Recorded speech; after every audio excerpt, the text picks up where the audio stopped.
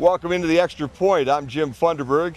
With me is Coach Redhead. And Coach, last week was an interesting football game. You know, a 7-0 battle at Napoleon. I don't think there's any other way to describe that. Yeah, it was a very physical game. You know, I'm proud of the way our kids played. We just turned the ball over twice. Key situations, once coming out and once going in.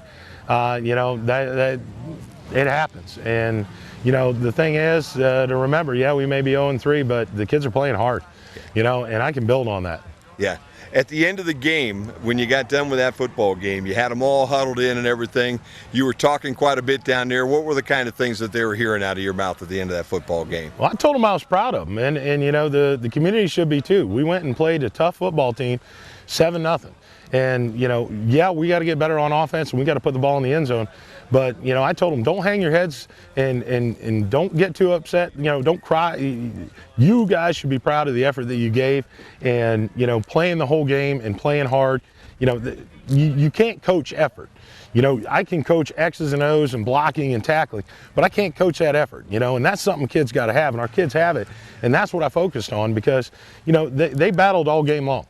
You know, and that ball just didn't bounce our way. And, you know, like I said, we're going to get better on offense, and we're going to get better at scoring touchdowns and throwing the ball for sure. But, you know, to play a good team, you know, we played 2 games we could have won. We could be 2-1 right now. And, you know, it just didn't bounce our way in either of them. That's what I've said a couple times. I think if we could just be the team that got that break on that Friday night one time and get the feel for that one win, this whole thing might turn around in a hurry. Yeah, and you know, I like our chances this week.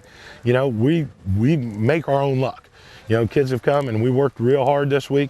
You know, they work hard every week, but they're just, there's a difference in their eyes and in their body language and in their focus. And, you know, they're fed up and they're getting after it now. I noticed that at practice here myself tonight. I think this was probably the most lively practice I've seen you guys have since I've been coming out. And you've had some decent practices, but tonight it just seemed like everybody was into the game. Yeah, and you know, they are, and the kids that are young, my sophomores that are starting, you know, they're growing up to be veterans now. And, you know, we're not getting as much. Last week we didn't have the youthful mistakes as we did in the previous 2. You know, it's getting better every week, and I'm seeing improvement in the team. So, you know, yeah, I don't want to be 0-3, you know, but I see the kids growing and developing, and I know it's not going to be that way forever. Last week you kind of surprised everybody. Zach Nobis lines up at quarterback, okay? You also had another young guy out there with the Peters kid out there, a freshman actually playing some in the ball game. So again, another young group coming on. What happened there? What caused you to do that? Are you going to have a second two team rotation this week with the quarterbacks? Yeah, you know, we're going who performs the best. The best 11 on the field that gives the team the best opportunity to win. And every kid on that team, whether he plays scout or he's a starter, deserves to win. And you know what? We weren't getting it done at our slots.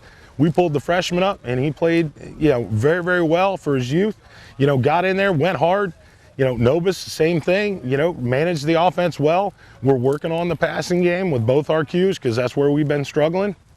But run games there, those kids are, you know, they're developing. And, you know, the good thing about it is competition breeds excellence. And that's one thing I'm big on. You know what?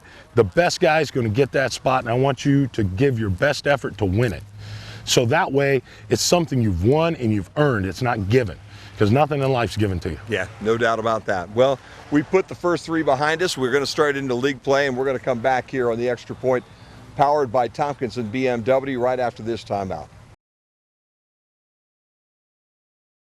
Coach, we talked about this before, but this is the big week. Now we get in the NWAL. Now they kind of count. Even though the first 3 did count, we're 0-3, but now you're in the league play, and I know you and I talked the very first week. This next 7-week period are the 7 games that you're the most concerned about. Definitely. You know, the league is something for pride. You know, this is our area. This is where we play and where we live. And, you know, yeah, the other teams, those are important, but this is something that we've been a part of ever since the beginning, you know, and it's the oldest league in Ohio. So, you know, this is something we want to represent well in. And, you know, I like it. I like opening league play with Evergreen. You know, I don't think they've seen anybody near as physical as we are. So I think they're going to get a big surprise on Friday.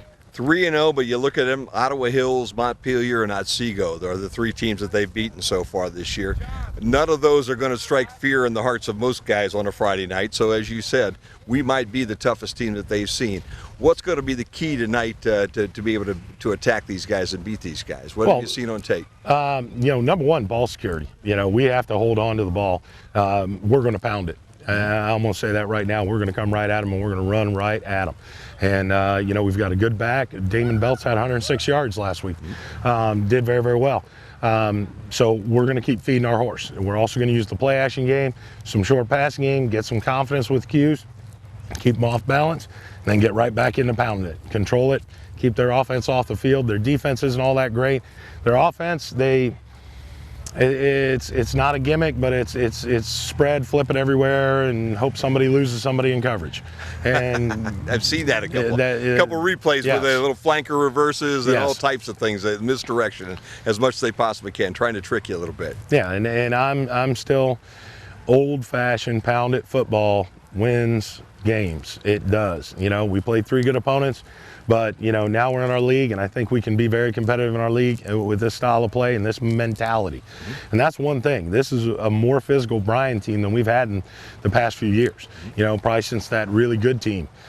So, I like what these kids are doing, and they've adopted that mentality. Yeah, you can kind of see them starting to change. And the attitude going into this week, they really look like they're starting over. They look like they've grown a little bit. They look like they're really ready for Friday night this week, too. Yeah, and we've been very, very pleased with practice this week. And, we've approached it the same as we have every other week. We just get high intensity, go, run a lot of reps, get a lot of tempo in practice, so we get our conditioning. We even run after practice, so that way we got gas in the tank in the fourth quarter. Yeah. Interesting opening week, too, because we're going to really get a feel for how this league's going to play out right now, because you got Delta and Wauseon playing one another. Those 2 teams have both kind of gone through Tenora the last 2 weeks. Tenora's a darn good football team around here. Delta lost to them. Wauseon beat them last week. But they're at Delta on Friday night, and that's going to have to be a big matchup. And I know you can't scoreboard watch on a Friday night, but obviously you're going to want to know who wins that one at the end of the evening there. Oh, definitely. And those are 2 of the teams to beat. We also have Swanton next week.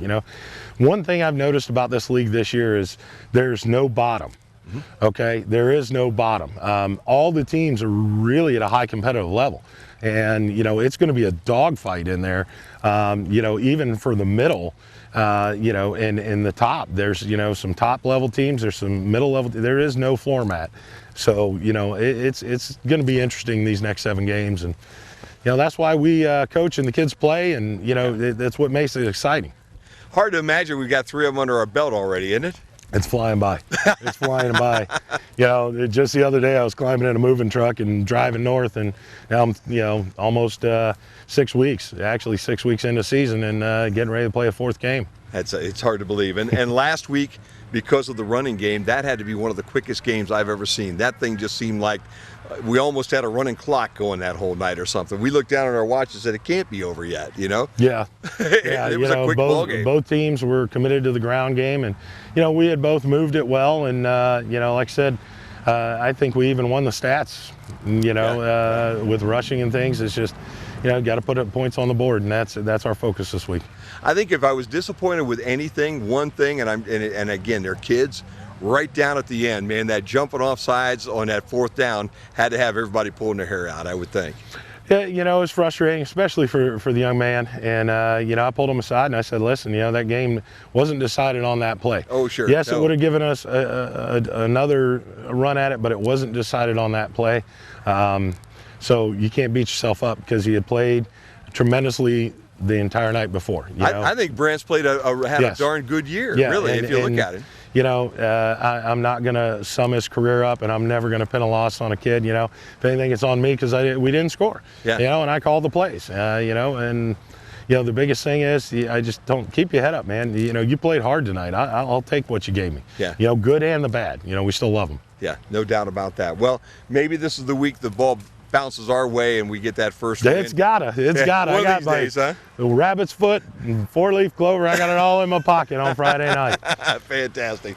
Grant Redhead has been our guest as always here on the Extra Point. Coach, go get him this week. Good luck. Thank you. If it's Friday night, football's on its way here on BMU TV.